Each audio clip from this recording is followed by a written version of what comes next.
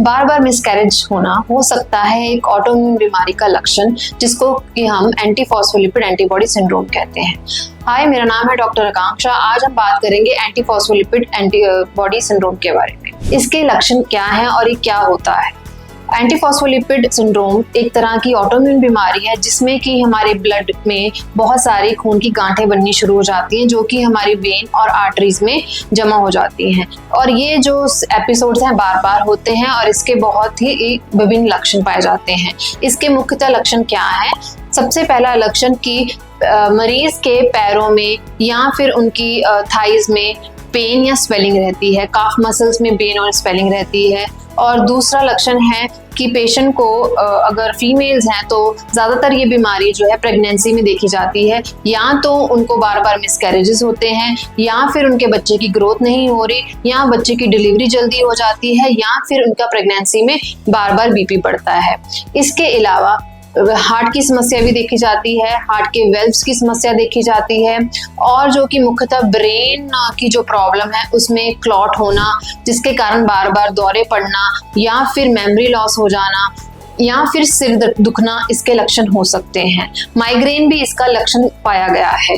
इसके अलावा फेफड़ों में अगर मेन वेसल पल्मोनरी आर्टरी में भी क्लॉटिंग हो सकती है, और या फिर वेन में भी क्लॉटिंग हो सकती है, जिसके कारण कि मरीज को सांस की प्रॉब्लम भी आ सकती है और खून भी देखा जा सकता है थूक में। इसके अलावा किडनी की प्रॉब्लम भी हो सकती है, और इसके अलावा हमारी चमड़ी में अल्सर बनना, या फिर हमारा गैंग्रीन जो कि किसी भी शरीर का या उंगली का या फिर पैरों का काला पड़ना हो सकता है। इसमें कुछ लोगों में प्लेटलेट भी कम देखे जा सकते हैं। इसके मुख्य कारण क्या है। ज़्यादातर देखा गया है कि इसमें जेनेटिक्स, जीन्स की इन्वॉल्वमेंट ज़्यादा है, जिसके कारण कि हमारी जो ब्लड है उसमें बहुत सारा क्लॉट बन जाते हैं। फैमिली हिस्ट्री भी इसमें देखी गई है, और ज़्यादातर अगर फीमेल में बात करें तो रिकरेंट अबॉर्शन या मिसकैरेजेस के साथ फीमेल आती हैं तो उनका एपोला डायग्नोस होता है। इसके लैब टेस्ट क्या हैं, तो इसके लिए एंटीफॉस्फोलिपिड पैनल टेस्ट आता है, जिसमें विभिन्न प्रकार के एंटीबॉडीज डिटेक्शन होती हैं जो कि ब्लड क्लॉट बनाती हैं बॉडी में। इसके अलावा हम कुछ बीमारियां जो कि इससे संबंधित है, जिसको कनेक्टिव टिश्यू डिसऑर्डर कहते हैं, उसके बारे में भी देखते हैं। अब इसका ट्रीटमेंट क्या है।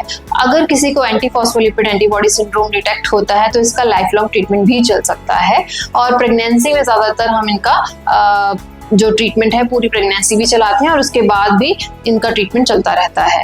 और इसके साथ ही साथ इसकी कोई जनरल एडवाइस जो हम पेशेंट को देते हैं, सबसे पहले कि उनको प्रॉपर हाइड्रेशन रखना चाहिए, उनको भी किसी भी डिहाइड्रेशन में या पानी की कमी नहीं होनी चाहिए, बिकॉज जैसे ही डिहाइड्रेशन होगा तो क्लॉटिंग होने का जो है ज़्यादा ही संभावना हो जाती है।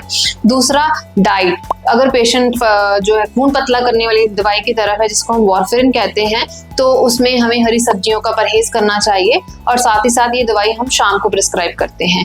तीसरी चीज है मेडिटेशन, योगा के लिए हम इन्हें बोलते हैं, फिजिकली एक्टिविटी के लिए बोलते हैं। चौथा जो है, इसमें हम रेगुलर फॉलोअप के लिए पेशेंट को कहते हैं, ताकि उनको बार बार इसकी समस्या ना आए। अगर पेशेंट रेगुलर फॉलोअप के साथ रहता है तो उनकी जो लाइफ है बहुत ही नॉर्मल रहती है, और बार बार ये गांठों की समस्या, क्लॉटिंग की समस्या, और जिसमें कि परमानेंट ऑर्गन डैमेज होने का रिस्क है, बहुत ही कम हो सकता है।